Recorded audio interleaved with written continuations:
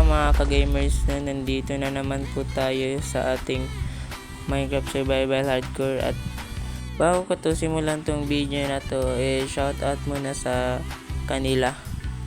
Yan.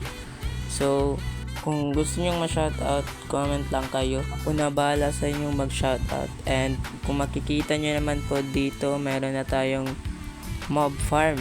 And ang dami nang nag-spawn dito. At kung mapapansin nyo naman po dito sa ating texture pack, meron na pala tayong bagong texture pack. At ito na yung ating gagamitin. At kukuha muna tayo ng mga hopper para doon sa ating mob farm, kasi kung makikita nyo naman ang pangit, cobblestone lang yung ating na place doon, hindi yung hopper. So ngayon gagawa tayo ng hopper. At nakakita pala ako kanina ng, di ko alam anong tawag dun guys, comment lang kayo, yun bang sira na barko. And nakita ko tong smithing template at saka golden chest plate. At may enchant pa yan. So, gagawa na tayo ng hopper. So, let's go. So, yan guys, nakagawa na tayo ng hopper at meron pang skeleton dito. So, break muna natin itong mga cobblestone dito at lagyan natin ng hopper. And, di pa ganyan. Baliktad. Tanggalin natin yan. Wait lang, baka may mag-spawn na creeper, patay tayo. So, lagyan natin ng chest dito, dalawa. At saka dito, 4 na hopper. Tanggalin muna natin to at lagyan natin ng hopper. So, yun na guys.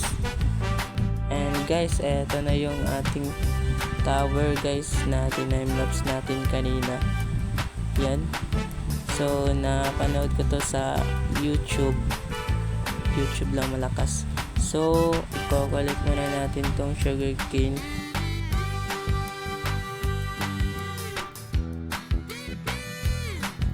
So, yan na nga guys. Tapos na tayong mag-harvest. Ngayon, gagawa na tayo ng automatic bone meal. At mag-YouTube tayo ulit. Wait lang, craft muna tayo ng crafting table. At magka-craft tayo ng chest para sa ating sugarcane. So siguro next episode gagawa na tayo ng sugarcane farm at sheep farm. So ito na yung ating interior. At dito rin sa taas. Wait lang, di pa pala to na harvest. So i-harvest muna natin to lahat guys. Babalik na lang ako sa inyo pag tapos na tayong mag-harvest. So, yan na guys, tapos na tayong mag-harvest at nataniman ko na rin. Ngayon, magpapakain muna tayo ng mga hayop natin. Unahin muna natin tong mga cow guys, at ang dami na nila. So, siguro kakatayin na natin to sa susunod na episode. Tsaka yung sheep guys, ang dami na nila. Papakainin na rin natin yung mga sheep. Yan guys, dami na nila guys. Puno na yung ating mga kulungan guys. Siguro kakatayin natin to. Pero sa susunod na episode guys, dahil gagawa na tayo ng enchantment table. At kailangan natin ng mga bookshop. Kaya kailangan natin itong mga cow para sa leather.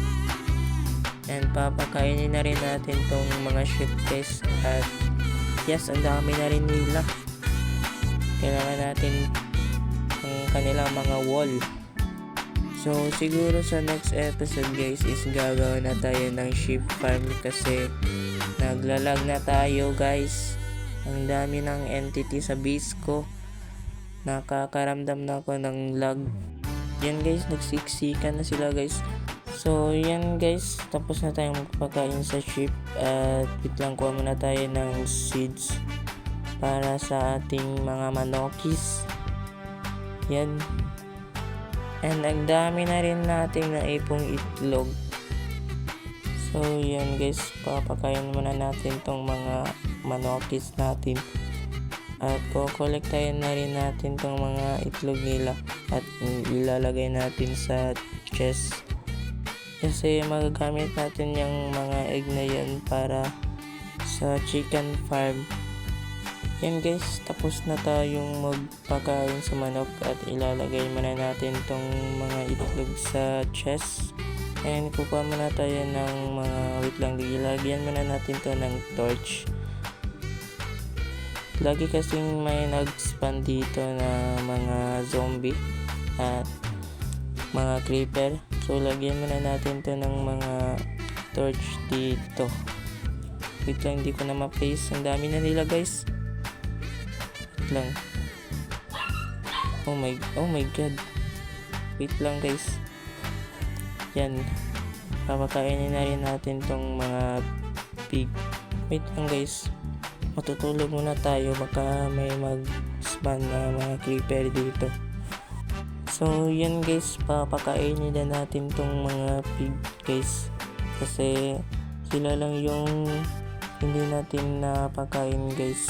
Ilang araw na at hindi pa rin sila dumadami. Oh my god, may baby zombie. Patayin muna natin yan. Ayan na siya guys. Wait lang.